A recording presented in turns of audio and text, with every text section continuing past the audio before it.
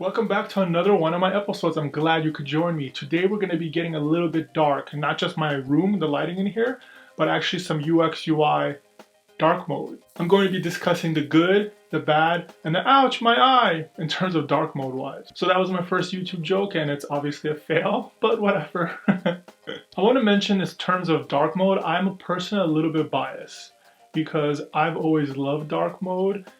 Even before dark mode really existed, like in Photoshop back in the days, it was one of my first softwares that I used, whatever, over 12, 13 years ago. And you can literally change the canvas itself and you can make it any color you want, green, blue, black. And I always used to make those canvases dark, or even back in the days when I would use After Effects, that's something that the interface itself existed with a dark mode. And I always preferred having dark mode over the default mode because it really allowed me to concentrate on my design. So when I was designing something or when I would design something, I can really stay focused on into what I'm actually designing. But I'll still talk about pros and cons, so it's all good. One of the big pros to dark mode, other than aesthetics, is that you waste less pixels, right? So less pixels are on, less pixels are bright, less batteries being wasted.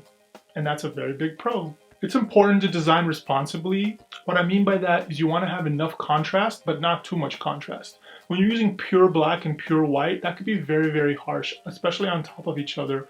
So you really want to experiment with colors and really demo them out in context, meaning that if it's a mobile app, put the app on your phone and try it out on your phone. If it's for desktop, try it in different monitors. So I suggest experimenting with different contrast levels. Also having a darker app or having a dark mode enabled on your app on your phone while you're in dark places like movie theaters or other places like that, while you're turning on your phone, you're not distracting other people.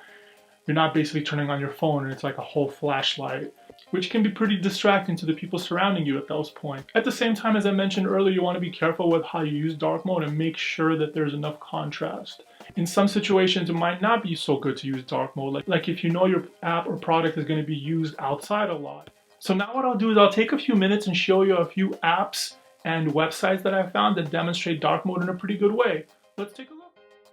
This is my portfolio website and I have it pretty dark. It's not like a dark mode specific site, so I can't switch back from light to dark, but I decided to go with the dark route. That way people can really concentrate on my designs. Anyways, you could see here how the site itself is fairly dark. Not pure black, but it's using different shades of grays. And I think it works really well in this particular situation. Another good example is Twitter. You could see here, and they're using dark mode pretty good. You could see these, this navigation at the top. It kind of has this gray tone, but the whole layout itself is fairly dark. They're doing a pretty good job the way they're laying this out, and they're using blue as their link colors. So that's pretty interesting. Totally makes sense. You can see the filter icon here. Other good examples: Netflix with dark mode. You can see here they're implementing their layout pretty good. This is a very strong layout. I love Netflix layout in general, and really with dark mode specifically in Netflix, you could see that it really makes the content stand out. Really, these posters and these kind of like these DVD screens really stand out really nicely.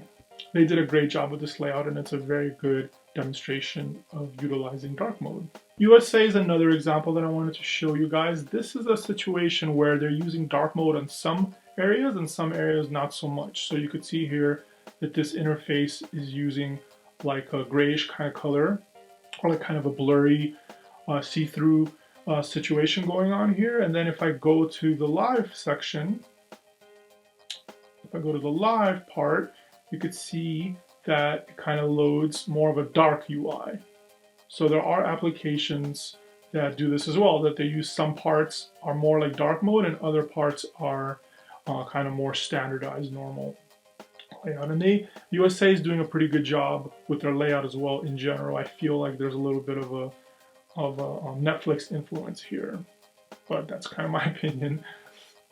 So those are a few of the examples that I wanted to show you today. And like really I've been saying dark mode, and a lot of times dark mode would mean that there's a non-dark mode. So like YouTube for example has a mode where you could activate dark mode and you can disable dark mode. So you actually have an option. There are apps that have that, and some of them are just built in pure dark mode. So not everything has those options, but some apps do have that, and a lot of apps are trending to have to give users the option to go back and forth. Anyways, I've been blabbering enough. I hope you've enjoyed this episode, and if you're liking these kind of videos, please feel free to give me a thumbs up and subscribe to my channel if you already haven't. I really appreciate it. Also, if you have any comments or suggestions or anything like that, feel free to leave me some comments. Have a good rest of the day, and I'll see you later.